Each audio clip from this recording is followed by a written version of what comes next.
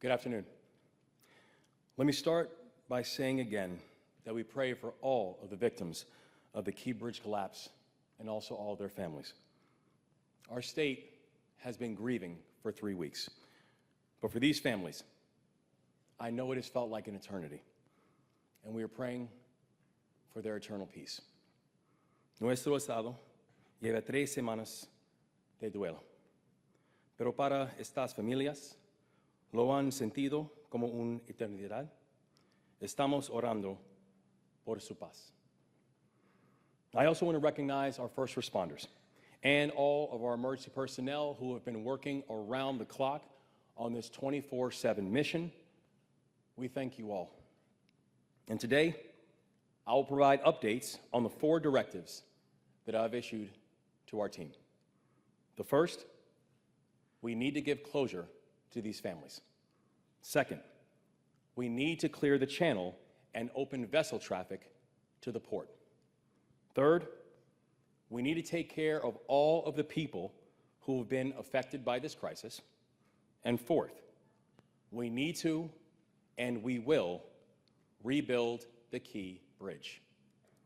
Now first, on providing closure to the families.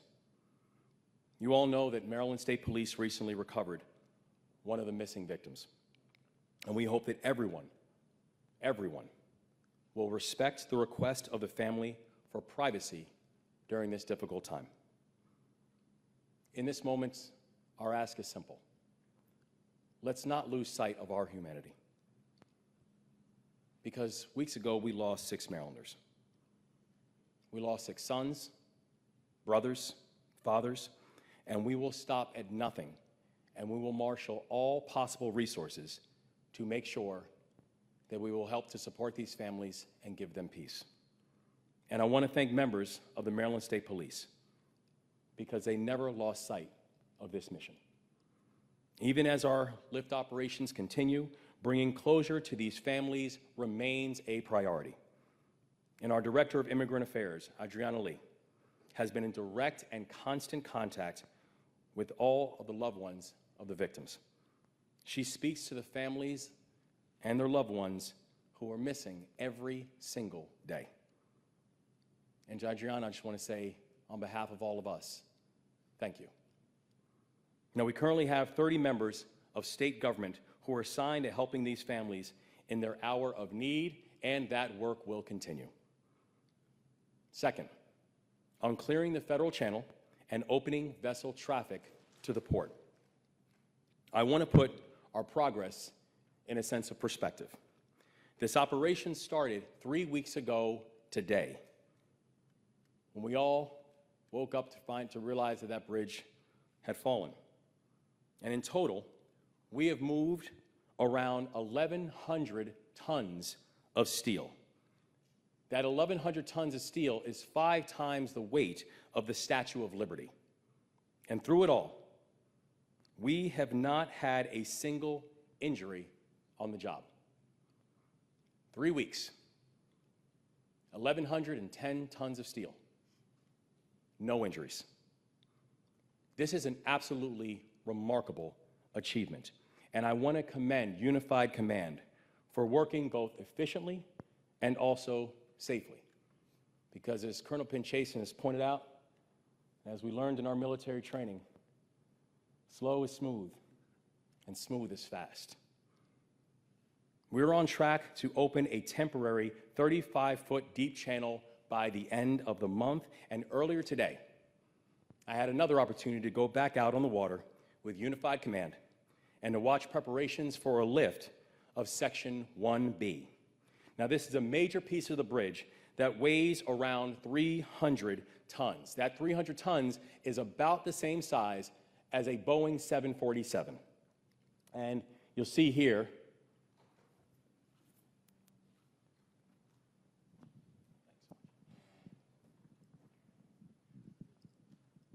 so you see here, this is the piece that we're working on removing. And when you look at the size and the enormity of what it is in terms of the operation, you see it's imperative for us to be able to accomplish the larger mission by the end of this month, having that 35-foot channel opened, and then by the end of May being able to have the full channel open. This here is actually one of the pieces that was blocking one of the core arteries that we have for it. If we can go on to the next slide, one of the amazing things is that this is the crane here that's doing the pull operation. That in order to prepare, you had to have personnel, and just for an understanding, we have over 370 people who are working on this operation. That's unified command. And if you look at the amount of assets that we now have in the water, currently as we speak, there are over 80 assets that we have in the water. That includes boats, cranes, the barges, etc. One of the assets is this right here. And this crane, which took days of preparation in order to prepare for that lift, you now see here the mass that got pulled out of the water. What's really important to remember about that is this. What you saw before, the majority of it was actually underwater. You still couldn't even see above water how large this piece of steel was. That shows the measure of complexity of this larger operation, and frankly, one of the main reasons why when we look at what Unified Command has pulled off and continues to execute, why this continues to be such a remarkable operation. This type of and this kind of complexity is unprecedented. And seeing the professionalism in the way that this team has moved has been absolutely extraordinary.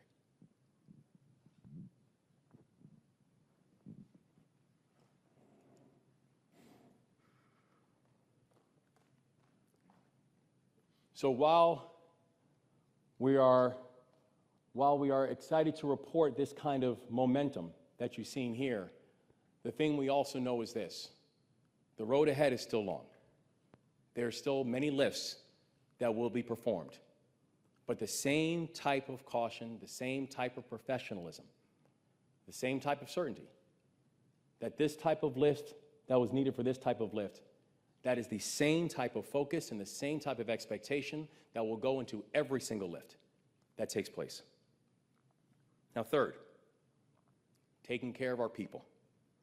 On Friday, our administration launched a worker retention program through the Maryland Department of Labor.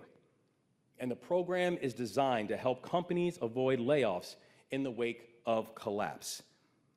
And as of this morning, we have already awarded grants through this program totaling $525,000.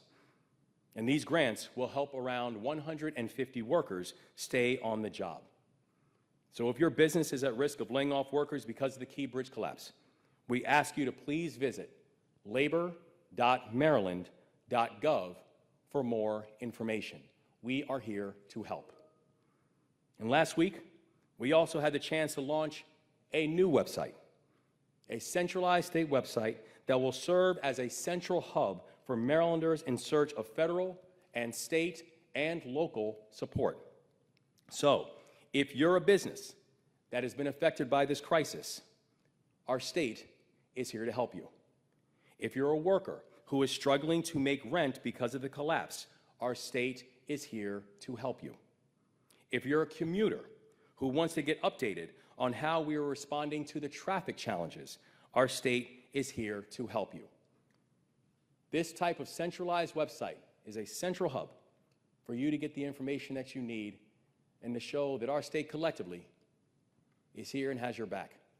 So please go to response.maryland.gov/bridge to learn more. response.maryland.gov/bridge to learn more.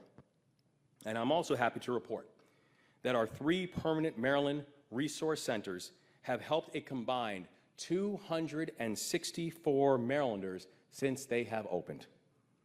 The Small Business Administration has also approved loans totaling $1.6 million to Marylanders who have been affected by this crisis, and I want to thank the Biden-Harris administration for their support and their leadership in this effort. They have been with us since day one, and we are grateful. Now, fourth, on rebuilding the Key Bridge. Last week, our congressional delegation introduced bipartisan legislation in the House and the Senate to ensure the federal government covers the cost of the rebuilding. I visited Capitol Hill last week to speak with leaders of both parties to get it done. I'm going back again this week to speak with leaders from both parties, because you cannot have a fully functioning Port of Baltimore if the Key Bridge is missing. The Key Bridge is not about nostalgia. It's about necessity. And we need to take action now. So I assure you, we are going to also hold responsible parties accountable after a thorough investigation into the cause of the collapse that has concluded accountability is imperative in this moment. But to achieve all these goals, we've got to be able to work together. And while I know that many have grown cynical to the notion of bipartisanship, I'm confident in the ability of the U.S. Congress to come together in this moment. The reason I'm confident is because I've seen it happen here in Maryland. Because just today, we are joined by several state lawmakers, past and present, and all Republicans. When the Key Bridge fell, we received outreach from people all over the state who did not start with mentioning their political affiliation, who did not start talking about what party they represent, who just simply called up and raised their hand and say, how can we help? That's the power of this moment. They just simply said, how can we support and how can we serve? This is not a Republican crisis. This is not a Democratic crisis. This isn't only a Maryland crisis. This is a national crisis. And the solutions that we come to, they will not be partisan solutions. So just days ago, I signed the Port Act into law. That legislation is going to help people and businesses that have been affected by the collapse, and it is not lost on me that the Port Act was led by both Democrats and Republicans, and I'm honored to have one of the sponsors and the leaders of that bill here today, Senator Sailing, who sponsored legislation. Thank you. And Senator Sailing is a lifelong Republican, as he reminds me all the time. I'm grateful for your leadership, my friend. I want to thank you and thank all your colleagues. I want to thank the minority leader who ensured that we could get legislation through and know that party affiliation was not going to slow nor stall. And also, I'm grateful to be standing here with former Republican Governor of Maryland, Bob Ehrlich, one of my predecessors. And I know the Key Bridge is deeply personal to him because it was his district in his time in the General Assembly that was affected. When he goes out and he takes a look at the collapsed Key Bridge, it's not foreign to him. As we go out and talk to the workers who are now impacted by this crisis, they are not foreign to him. As we go out and talk to the commuters who are now having to find ways to navigate around to go from where they live to where they work, to where they live to where they worship, to where they live to where they go to school, they are not foreign to him. As we're talking about all the truckers who now are not able to get from point A to point B, where the end point becomes the Port of Baltimore, none of them are foreign to him. And I'm so thankful that just a few days ago when I reached out to Governor Ehrlich and I asked him if he'd be willing to help, his answer was an emphatic yes. Governor, I appreciate you more than you know. Our state is going to be better because this is what it looks like to be Maryland tough and Baltimore strong. Our state's going to be better because collectively, the remarkable work of Unified Command, the remarkable work of local leaders, the remarkable work of federal delegation, the remarkable work of our General Assembly, both Democrats and Republicans, that this is a moment when people step up and said, mission first, people always. So, the thing that I ask the members of Congress is this. Please pay attention to what we're seeing up here. please pay attention to today. We will be spending the next days going to Capitol Hill, and we will be meeting with any and every member of Congress, all 535 if we need to. And the ask is simply going to be the ask is simple. We're going to give you an invitation. I ask you to come to Maryland. I ask you to come up time and spend some time with our congressional delegation. I ask you to come spend time with members of the General Assembly.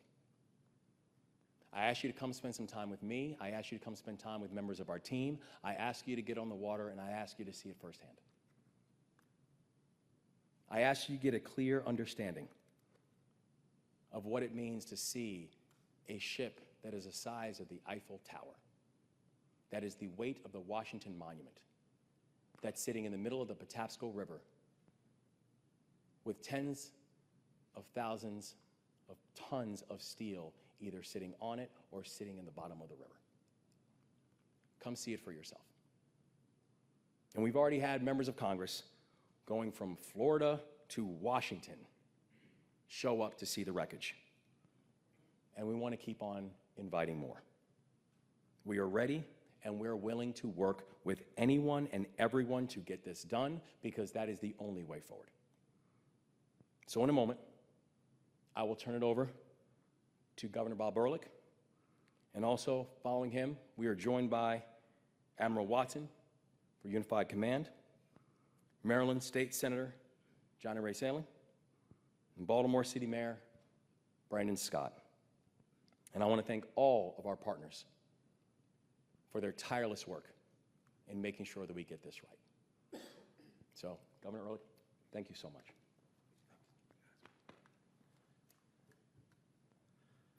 Well, first things first, I appreciate the outreach from the Gov here. Thanks for the briefing, thanks for the leadership, thanks for your compassion, thanks for everything. I bring a bulletin from Congressman Harris as well, who could not be here today. He sends his regards, regrets, and tells me, as he's told you privately, he's with the program, big time. So I'm going to be very brief. I suspect I'm here not just as a former governor, but as a former member who represented Dundalk, a place I love. Dundalk 4th of July Parade. That's right. Doesn't get better. Doesn't get better. So I awakened today with three real quick thoughts, real quick. First was I had to think of William Donald Schaefer. I had to think of Governor Schaefer today, because I guarantee you he's up there looking down at us with a clenched fist telling us to get it done, to you and to me and to all of us, everyone, just get it done. The person who woke up every day thinking about people first and serving people, which is really the bottom line to this profession. The second person I thought of was, who else? Helen Delis Bentley, who's also shaking a fist at us and probably saying some other words that we know well. How interesting that we were able to, with the support of folks in this room, especially you as well, getting that port renamed for her during this time. And her admonition to us is, take care of my people, take care of my port. Again, exactly the same. One Democrat, one Republican with the same message. Take care of us, take care of Maryland. And then the third thought real quickly was Team Maryland. And it's not a cliche, and the governor is absolutely correct. People are very cynical for good reason these days about politics, we get it. But the Team Maryland thing is not stuff you hear. It's real. And I lived it as a member of the House of Delegates, but I really lived it as a member of the House of Representatives and as governor. Because when things were tough, Maryland came together. BRAC, the base closing initiative, every state had to come together. Republicans, Democrats came together in Maryland, and it worked out pretty well for our state. It sure did. And then, obviously, natural disasters, hurricanes and floods. Team Maryland came together always. What can we do? How can we help? Who do we need to talk to? And of course, this is a man-made disaster. So Everybody here understands the impact of this tragedy, and I've seen very little cynicism out there, and I hope there's none. Skeptical, fine. We have to produce, we know that as state. But we have excellent people here, excellent professionals. I want to join your message in that regard as well, and thanking everybody who wears a uniform, who protects us, saves lives. Thank you from the bottom of our hearts. We understand the impact of this tragedy with respect to the loss of lives, with respect to the loss of business, with respect to the loss of income, and really the challenge to our identity. Our identity is our port. We're a port city. So I can assure everyone, both sides of the aisle, Republican, Democrat, doesn't matter. We're working together to get Team Maryland back up and running as quickly as possible. And I appreciate your attention here today. Thanks, Gov.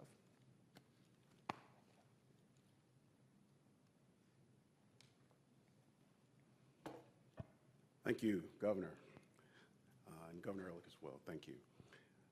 And good afternoon, everyone. I want to first begin by extending our heartfelt condolences to the families, friends, the loved ones of all those that were lost. The Unified Command, for its part, continues its work daily to support this great community, this great state, and our country by working diligently to restore navigation, to restore the flow of commerce within this vital port. In so doing, we remain focused on several key priorities. One, we're focused on reopening the deep draft navigation channel. Colonel Pinchason has been doing a great job, a remarkable job, detailing those efforts. Thank you. For my part, I'd just like to highlight that on this past Sunday, we were able to remove a large segment of the bridge, a previously submerged segment of the bridge that weighed over 400 plus tons. And as you heard the governor allude to, we are actively removing yet another submerged segment of the bridge. Our team is doing tremendous work. And so we remain on schedule. Another key priority is removing the ship.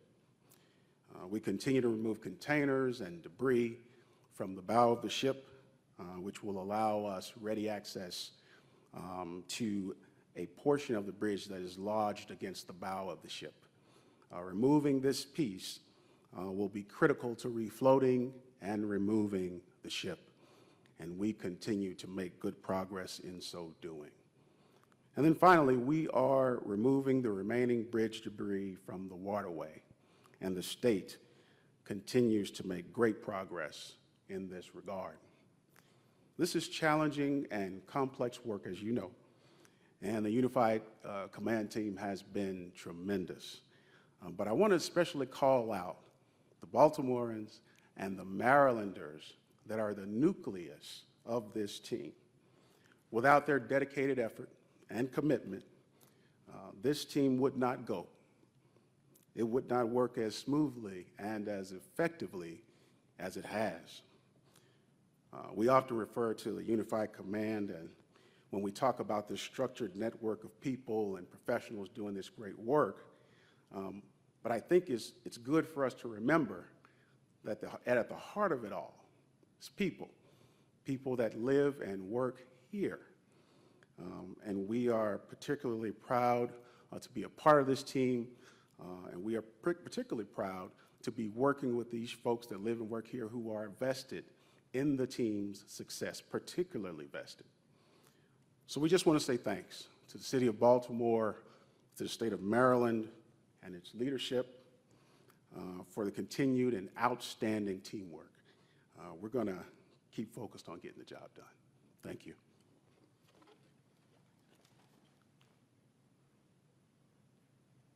Thank you, Governor. Good afternoon. Afternoon. I'm Senator Johnny Ray Salling. I'm the district senator in Dundalk and Essex. And I first and foremost want to thank the governor, Governor West, and Lieutenant Governor Moore for this opportunity to speak. I'm not here speaking alone. We have other delegates, we have leaders and senators that are here as well. We have great leaders because we see the importance of what's going on right now. just to let you know, this affects me in such a personal way. I worked at Bethlehem Steel for 26 years as a steel worker. I have family that work at the Port of Baltimore. I have other friends that I know that I've known for a very long time, and it's affected them greatly. But at the same time, we've lost lives, as the governor and others have said. And our prayers are with them and their families. I've had a brief opportunity just to speak with them, with an interpreter, and I thank that opportunity. But I want to say, more than anything, that we're there for them. When we had the bill, Senate Bill 1188, for the Port Bill, the Port Act, the leadership rose up to the occasion. And they did exactly what they needed to do. They spoke for the people. They did and they act for the people. They just didn't do it just for their actions, but they did it for the deed. It was the right deed to do. Now, the workers, they will get not just unemployment, but they will get more pay to help them out for their bills, for their house payments, for groceries. We also are going to help those that have lost. I want to thank the Oak Lawn Cemetery for reaching out to us and telling us that they have plots for those that are lost. I also want to talk about those nonprofits that are out there that are helping out as well. They have been a blessing. I want to thank them as well. But I just want everybody to realize one thing. This just doesn't affect just Baltimore or Dundalk in my area or Maryland. It affects Chicago. It affects Detroit. It affects Florida and other states. This is a central location of the deep port that a lot of places wish they had. But we have something great here, and we haven't lost sight. I just want you to know, we are here as leaders, but working with a Democratic governor and a Republican senator and Republican leaders, and we're here for one reason. We're here for you, people. So we pray for you. We are here for you. Whatever we can do, we have a number in Annapolis. We want you to call your leaders there. We are stepping up, and we are going to do all that we can. My prayer is that God will bless you and keep you safe, and give you exactly what you need. So thank you so much for this opportunity, Governor, and God bless you. Thank you, sir. Now we'll have the mayor. Thank you.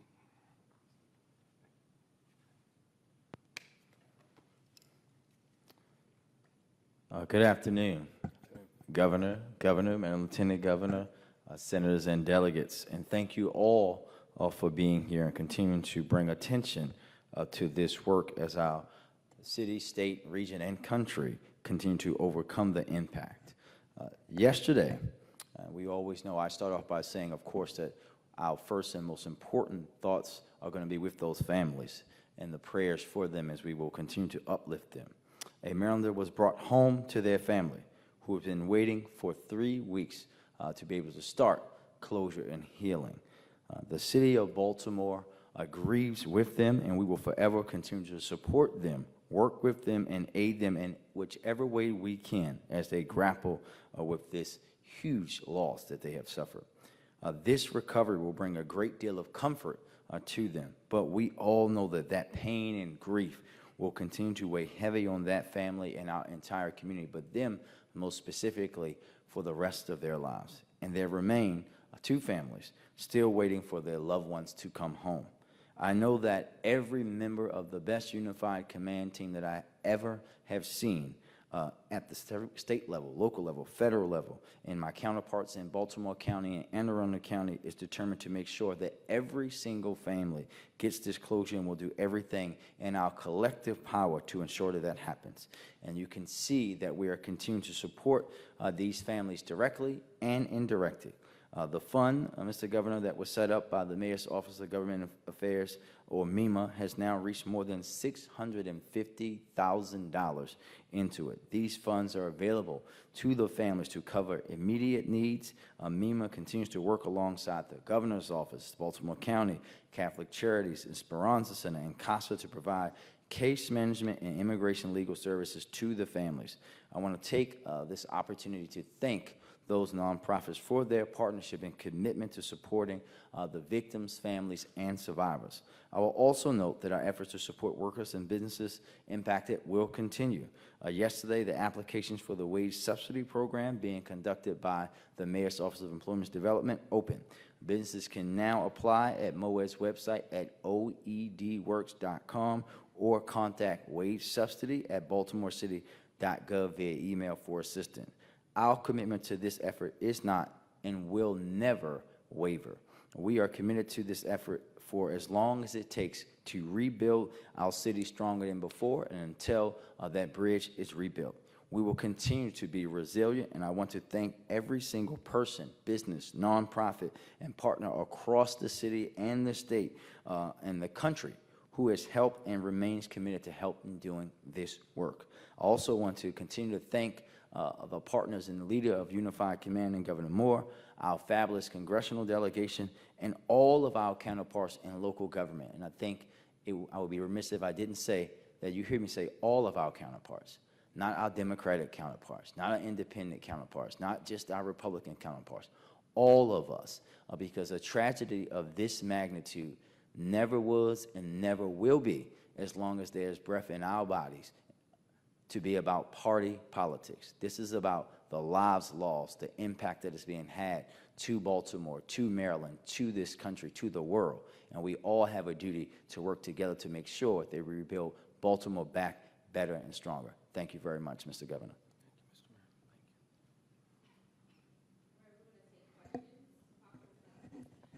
Governor, do you have any response to the FBI investigation or have any additional information about what they're looking for? No, the FBI is conducting in independent law enforcement activity right now. We were in close touch with them prior in terms of the notification that they would be boarding the vessel. We are going to be working in full partnership, and we'll provide them any assets or supports that they need during the investigation. But we also know it is an independent law enforcement case at this point. Okay. And then as far as the containers, how many have been lifted off and how many more do you have to go? So we now have 40 containers that have been lifted off. We know right now that there are still more to go, but part of the question becomes the weighing of the vessel. As we are continuing the operation, part of the reason for the lifting of the containers off of the vessel is because it's for the eventual refloating that will take place. And so right now, while we have 40 of the containers that have been removed from the vessel, we know that the operation of continuing to analyze and then continue to reanalyze where we are will continue until we have the vessel refloated. Hi, Paul Gessler with CBS Baltimore. Perhaps a question for the Rear Admiral. Is there a procedure for when a body is found? What happens next? And do you have any indication where those remaining victims may be based on where the other victims were located? I'll take your question kind of out of order, if that's okay with you. There's no way to tell where the remains of the remaining victims are. As far as procedure goes, when the salvagers come across anything even remotely close to a vehicle or human remains, they stop. At that point, they make sure the scene is safe, everything is shored up, then they contact the MSP Underwater Recovery Team. We keep 10 divers on standby to go out and do what's necessary. Over the weekend, that works seamlessly. And as quickly as they do what they need to do, we're right back to salvage operations. So there is a credible level of communication and coordination going on there.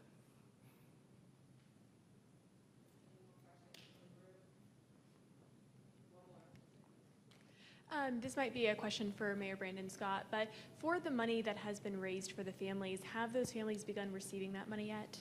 And if so, in what way? So I think I'll just say that the families know how they can receive those funds and what they can receive those funds for. But as we said earlier, what I think we have to avoid is talking about exactly how other families are receiving those funds and what they're doing it for at this time. We want them to be able to pull down those funds and do what the things that they may need to do, which may be anything from food that they need to eat, bills they need to pay, funeral costs, but we have to be respectful of their privacy and allow them to do that. But we'll make sure, and there'll be accounting measures to make sure that every dollar that's going exactly to the people who it's supposed to go to, and that's them.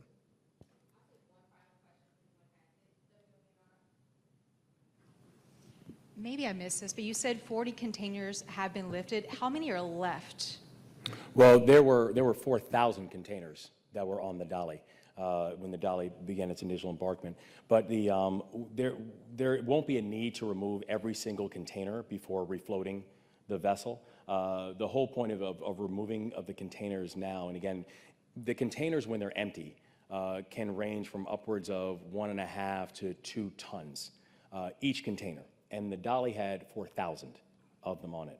So there will be no need to remove every single container from the Dolly. The point is removing enough that as we remove the truss from the Dolly, and that you can have a refloating of the vessel, that you can then do that safely.